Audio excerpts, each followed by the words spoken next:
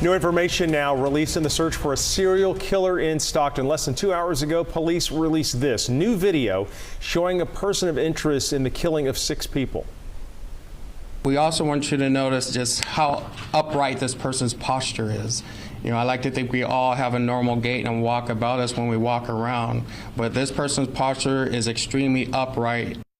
Stockton police and city leaders are sharing this new information on the series of killings. 6 people have been killed. Another person was hurt. The first of the victims was shot and killed in Oakland back in April of 2021. So here's a look at where those other shootings in Stockton took place. So you look at the map here, you see that they're not exactly in the same neighborhood, but all of them are in the northern section of the city. KCRA 3's Marisela de la Cruz was at the news conference this afternoon for us. So what are police saying about the person of interest so far, Marisela?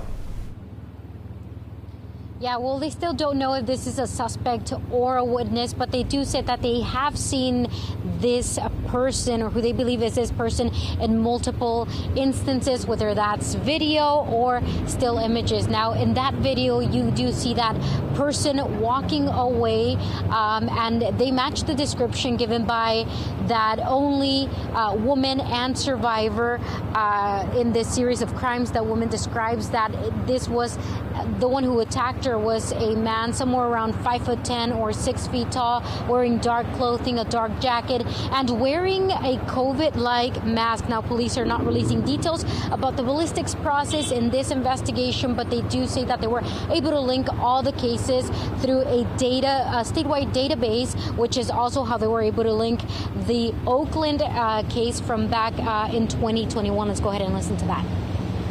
We don't know what the motive is. What we do believe is that it's mission oriented, right? This person's on a mission.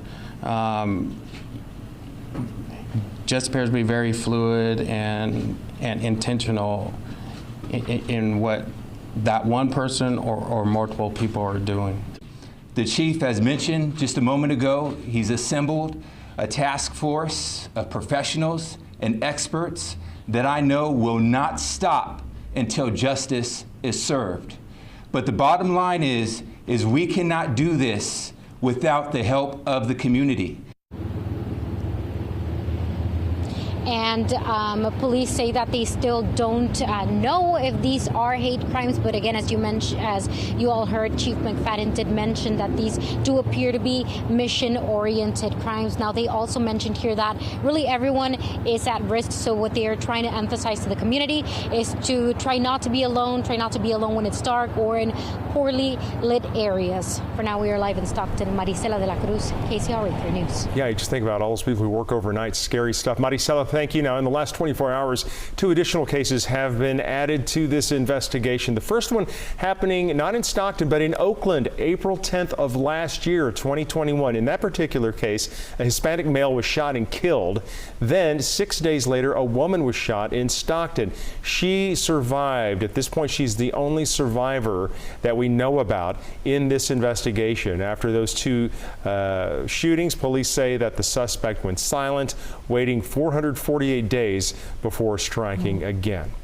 Now, the woman who survived provided police with the description of the suspect, calling it a male between 5'10" and 6'2", wearing dark clothes and a dark mask. The police chief says they are receiving hundreds of tips every day, and they want the public to keep submitting any information that may help. Stockton police are getting help from a task force that's helping them sort through all of the info coming in. If you have something you want to tell Stockton police, they've set up a tip line for anyone with info about these killings. The number is there on your screen, area code 209-937-8167. You can also email information to policetips@stocktonca.gov. There's now a $125,000 reward for anyone that has information that can lead to an arrest.